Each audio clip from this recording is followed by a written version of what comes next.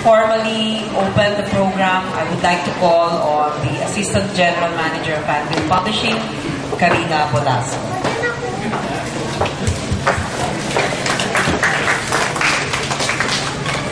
Good evening. This book is like Amazing Grace to most of us who need it most. For those of us left behind, often suddenly by loved ones, because death is not about those who pass on, but it's really about those who are left behind with gaping absences in their lives. I would want it put on record that without question, writing this book is a true humanitarian act on the part of Kathy Babao Gubalya, and with the help of the 18 mothers who shared their stories to help others make sense of their own tragedies and grief. It takes not only courage, but also faith and compassion.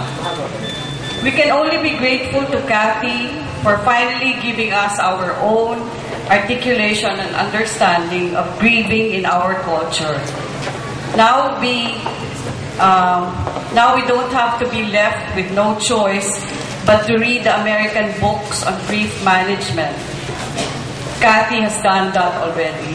She read them all, experts in the field, but more importantly, she has taken from them what can work for us and with us Pinoys.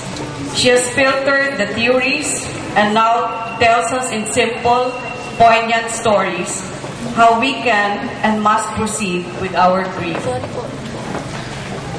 It can't be, you know how they say there's stages of grieving, you have the denial stage, acceptance, whatever, and we never really can tell clear-cut when denial is over and then we have to move on to the next stage. So I like better the 3 Fs, Kathy's 3 Fs, faith, family, and friends, always, anytime, that help the grief along. The grief journey along, I'm sorry. Being a sensitive journalist and storyteller, Kathy has written this book that reads easy even if heart-wrenching and yet comforting at the same time.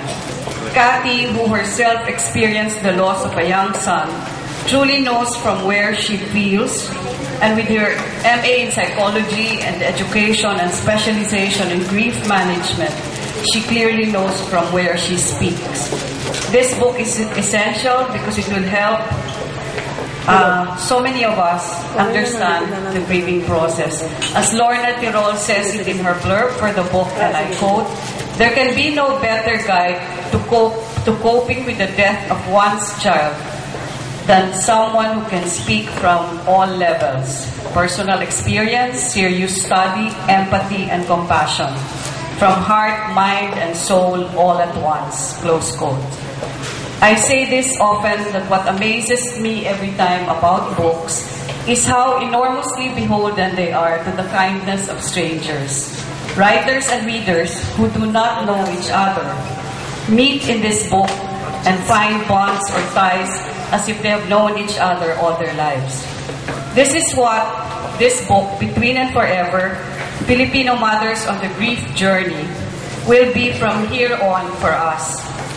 It will be precious silence and aloneness, a kind of personal space. It will be a source of faith. It will be like having add to your side or around you added family and friends.